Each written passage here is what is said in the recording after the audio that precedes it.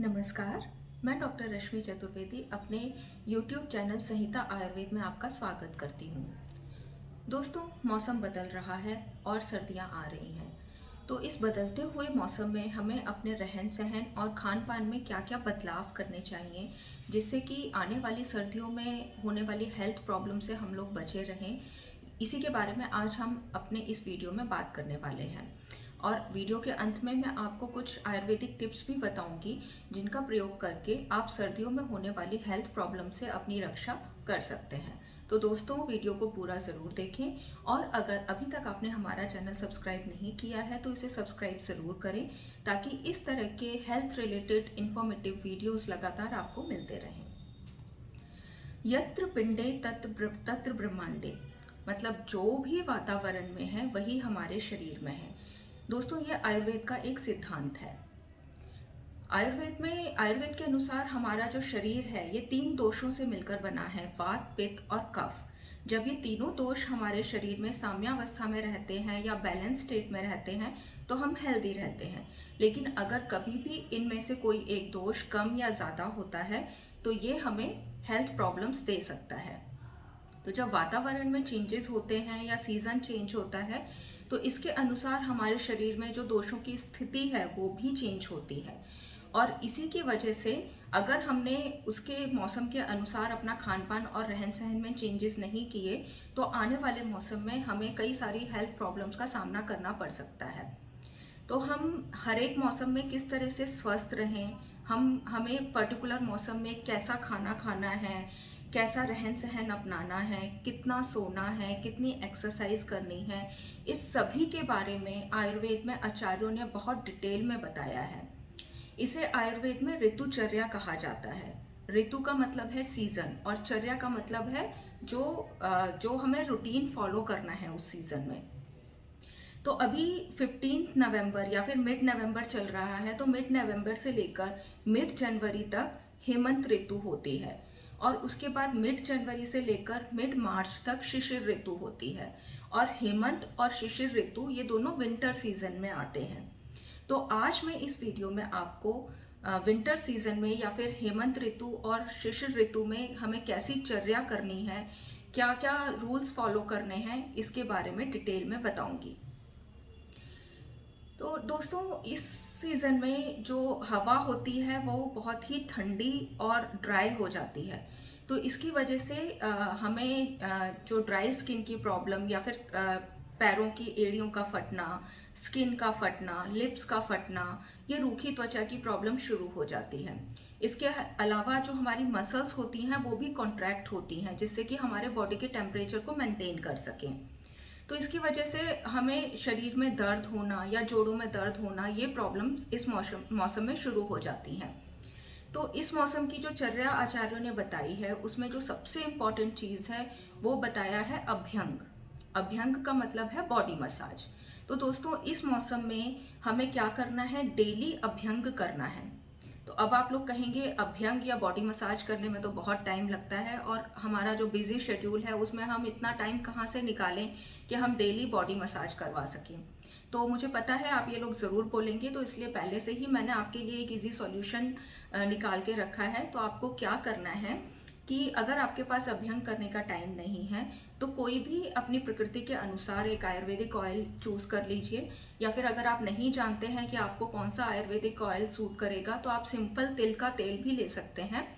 तो आपको क्या करना है, तिल का तेल लीजिए, इसको थोड़ा गुनगुना करिए और रोज सुबह नहाने से पहले अपनी बॉडी पर इसको क्रीम की तरह अप्लाई कर लीजिए। अभी इसको आपको आधे घंटे के लिए ऐसे ही छोड़ देना है और आधे घंटे के बाद आपको गुनगुने पानी से नहाना है। तो ये जो है इसका भी बेनिफिट आपको अभ्यंग के जैसा ही मिलेगा।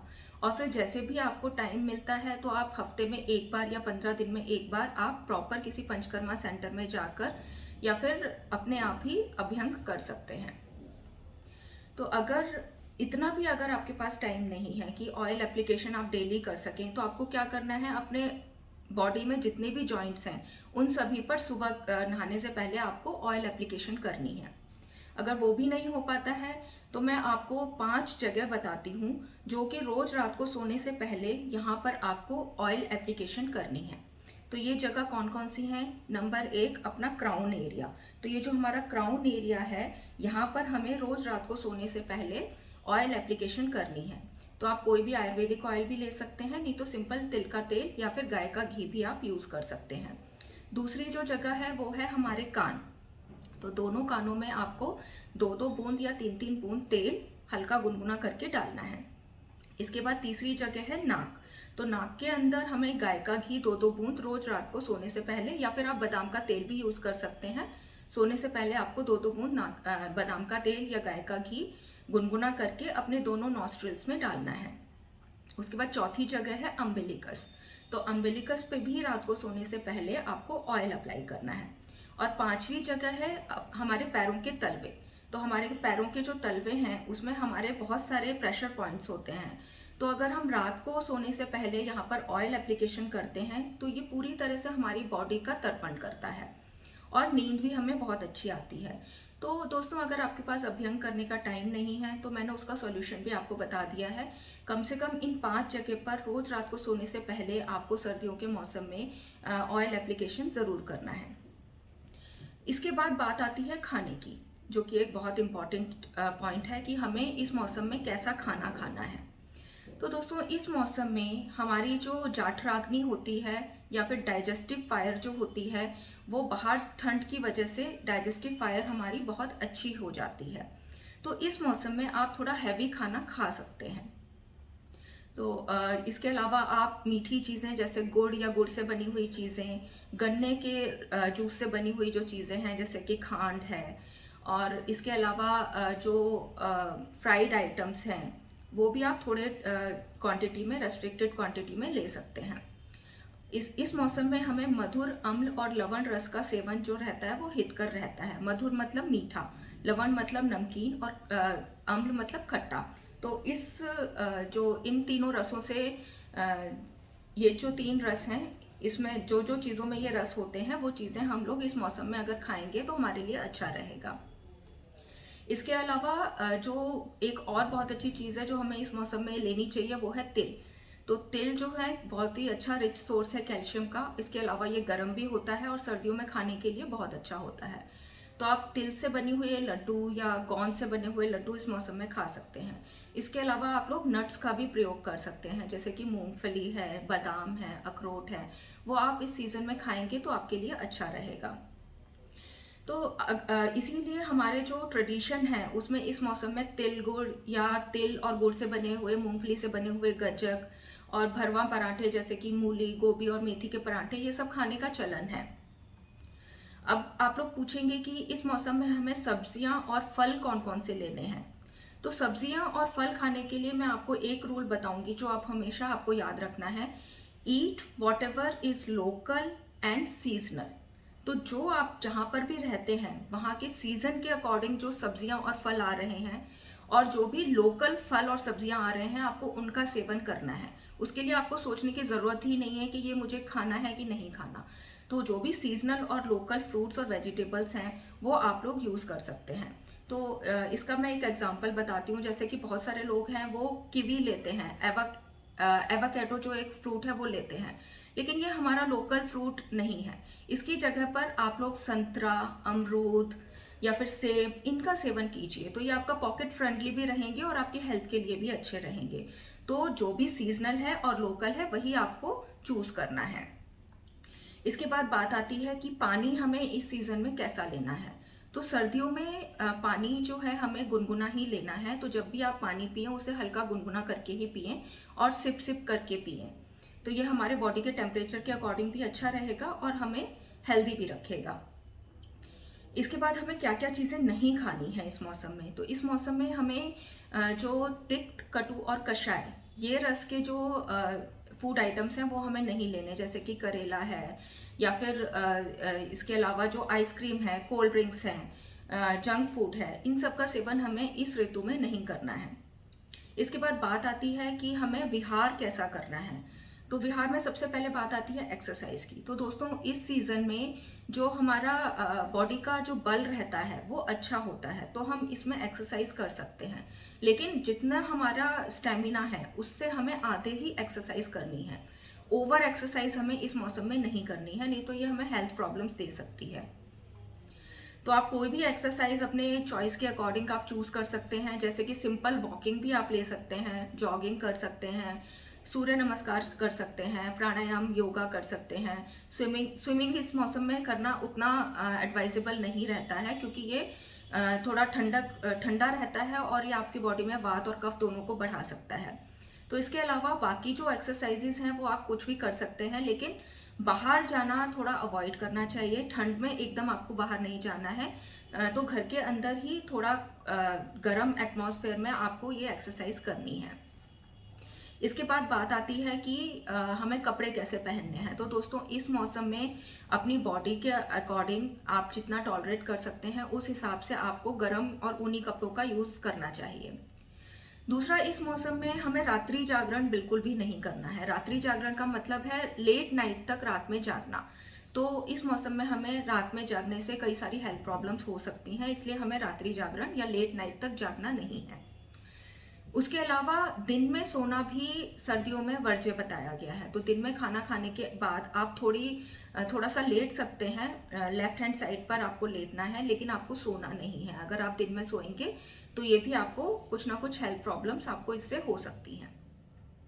अब बात आती है कि आयुर्वेद कैसे हमें सर्दियों के मौसम में स्वस्थ रहने के लिए हेल्प कर सकता है। तो मैं आपको 5 चीज़ें बताऊंगी जो कि आपको अगर आप यूज़ करेंगे तो सर्दियों के मौसम में आप अपनी हेल्थ को मेंटेन कर सकते हैं और सर्दियों में होने वाले जो हेल्थ प्रॉब्लम्स हैं उनसे आप बच सकते हैं। तो इसमें क्या क्या है? सबसे पहले बात आती है आंवले की। तो सबसे पहली जो चीज़ है जो कि आपको सर्दियों के मौसम में आप लोग जो आपके लिए एक रामबाण की तरह काम करेगा वो है आंवला। तो आंवला आप किसी भी तरीके से यूज़ कर सकते हैं। आप इसको कच्चा सैलेड में भी यूज़ कर सकते हैं, इसकी चटनी बना के यूज़ कर सकते हैं, आंवले का मुरब्बा ले सकते हैं, या फिर इसका पाउडर भी यूज़ कर सकते हैं, ड्राई पाउडर। और इसके बाद जो सेकंड चीज़ आती है वो है च्यवनप्राश। तो च्यवनप्राश जो है इस मौसम में एक बहुत ही अच्छा रसायन है।